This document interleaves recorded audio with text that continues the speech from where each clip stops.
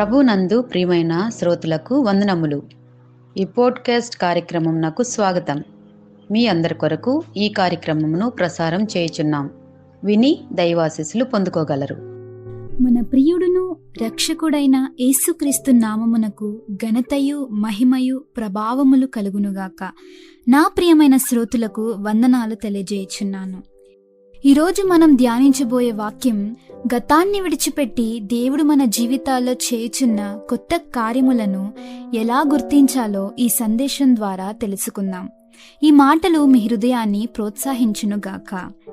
యెషయా గ్రంథము 43వ అధ్యాయము 18 మరియు 19 వచనాల్లో, మునుపటి వాటిని జ్ఞాపకం చేసుకొనకుడి, పూర్వపు సంగతులను తలంచుకొనకుడి, ఇదిగో నేనొక నూతన క్రియ చేయుచున్నాను, ఇప్పుడే అది మొలచును, మీరు దాన్ని ఆలోచింపరా? నా ప్రియమైన శ్రోతులారా, మన జీవితంలో చాలాసార్లు గతం మనలను బంధిస్తుంది. గతంలో అపజయాలు, పాపాలు, బాధలు, నిరాశలు ఇవన్నీ మన మనసును భారంగా చేస్తాయి. నేను అలా చేయకపోయింటే బాగుండేది, అది జరగకపోయింటే నా జీవితం వేరేలా ఉండేది అని ఆలోచిస్తూ మనం ముందుకు వెళ్ళలేకపోతాం. కానీ దేవుడేమంటున్నారు? గతాన్ని పట్టుకొని కూర్చోకు అని అంటున్నారు. ఎందుకంటే మన భవిష్యత్తు మన గతంపై కాదు, దేవుని వాక్యంపై ఆధారపడి ఉంది. ఈ వాక్యంలో దేవుడు ఒక అద్భుతమైన మాట చెబుతున్నారు. ఇదిగో నేనొక నూతన క్రియ చేయుచున్నాను అని. మనకు తెలియకపోయినా, కనిపించకపోయినా దేవుడు మౌనంగా మన జీవితంలో కొత్త కార్యం సిద్ధపరుస్తున్నారు. ఎండిన అరణ్యంలోనూ మార్గం చేయగల దేవుడు, ఎడారిలోనూ నదులను ప్రవహింపచేయగల దేవుడు మన దేవుడై ఉన్నాడు. మనలో చాలామంది బయటకు నవ్వుతున్నా లోపల గతంతో పోరాడుతూ ఉంటాం. అవి జరిగి చాలా కాలం అయిపోయినా సరే మన మనసులో మాత్రం ఇంకా జీవిస్తూనే ఉంటాయి.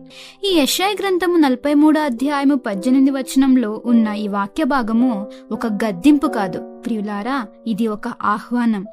నీ గతాన్ని వదిలేయ్, నీ భవిష్యత్తుని నా చేతిలో ఉంచు అని దేవుడు నిన్ను పిలుస్తున్నారు.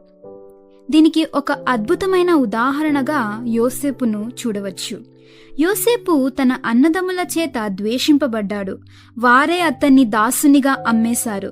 అన్యాయముగా నిందించబడి చెరసాలకు వెళ్ళాడు. అతని జీవితంలో ఎందుకు అనే ప్రశ్న ఎన్నోసార్లు వచ్చిండొచ్చు, కానీ యెహోవా అతనికి తోడయుండెను. యోసేపు ఒకవేళ తన గతాన్ని పట్టుకొని ఉన్నింటే అతడు కోపంతో, కక్షతోనే జీవించి ఉండేవాడు. కానీ దేవుడు అతని జీవితంలో మౌనంగా కొత్త కార్యం సిద్ధం చేస్తూ ఉన్నారు. దాస్యము నుండి అధికారానికి, చెరసాలలో నుండి రాజగృహానికి దేవుడు అతన్ని తీసుకెళ్లారు. చివరికి యోసేపు తన అన్నదమ్ములతో చెప్పిన మాట గుర్తు చేసుకోండి. మీరు నాకు కీడు చేయనుద్దేశించితే గాని అది దేవుడు మేలుకే ఉద్దేశించెను. మనకు బాధగా కనిపించే గతమే దేవుని చేతుల్లో భవిష్యత్తుకు పునాది అవుతుంది. ప్రియులారా, మీరు అన్యాయాన్ని అనుభవిస్తున్నారా? మీ కథ ఇక్కడితో ముగిసిపోయింది అని అనిపిస్తుందా? గుర్తుంచుకోండి, ఈరోజు దేవుడు ఈ మాట మీతో అంటున్నారు, నేను నూతన కార్యం చేయుచున్నాను.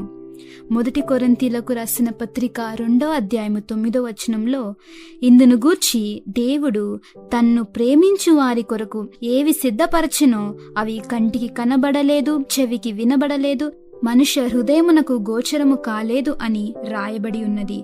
దేవుడు మిమ్మల్ని ఇలా అడుగుతున్నారు, నేను చేయుచున్న నూతన కార్యాన్ని నీవు గుర్తించగలవా? నా ప్రియమైన శ్రోతులారా, మీ జీవితాల్లో మీరు ఏ విషయాన్ని గురించైనా బాధపడుతున్నారా? మీ గతంలో జరిగిన బాధను తలంచుకుంటూ ఉన్నారా? లేక ఎవరి మీదైనా అసూయ, కోపం కలిగి ఉన్నారా? ఈ క్షణమే యోసేపు వలె మిమ్ములను ఆయన చేతికి అప్పగించేయండి. ఆయన మీ భవిష్యత్తును రూపొందిస్తారు. యోసేపును ఆశీర్వదించిన దేవుడు మిమ్ములను ఆశీర్వదించడానికి పిలుస్తున్నారు. మీరు ఒంటరిగా లేరు. మీ కన్నీళ్ళన్నీ దేవుడు నాట్యంగా మార్చబోతున్నారు. నూతన సంవత్సరంలోకి అడుగు పెట్టడానికి ముందు మనల్ని మనం పరిశీలన చేసుకుందాం. విశ్వాసముతో ముందు అడుగు వేయండి. గతాన్ని దేవుని చేతుల్లో ఉంచి ఆయన చేయుచున్న నూతన కార్యాన్ని విశ్వాసముతో ఎదురు చూడండి. దేవుడు మిమ్మల్ని దీవించునుగాక. ఆమేన్. ఈ కార్యక్రమమును గూర్చి మీ సలహాలు మరియు మీ ప్రార్థనా అవసరతల కొరకు మమ్మను సంప్రదించవలసిన మా ఫోన్ నంబర్ 94-805-850-39 మరియు ఈమెయిల్ ఐడి info@fibaonline.org. మా ఫోన్ నంబర్ మరొకసారి 94-805-850-39. Email ID info@fibaonline.org.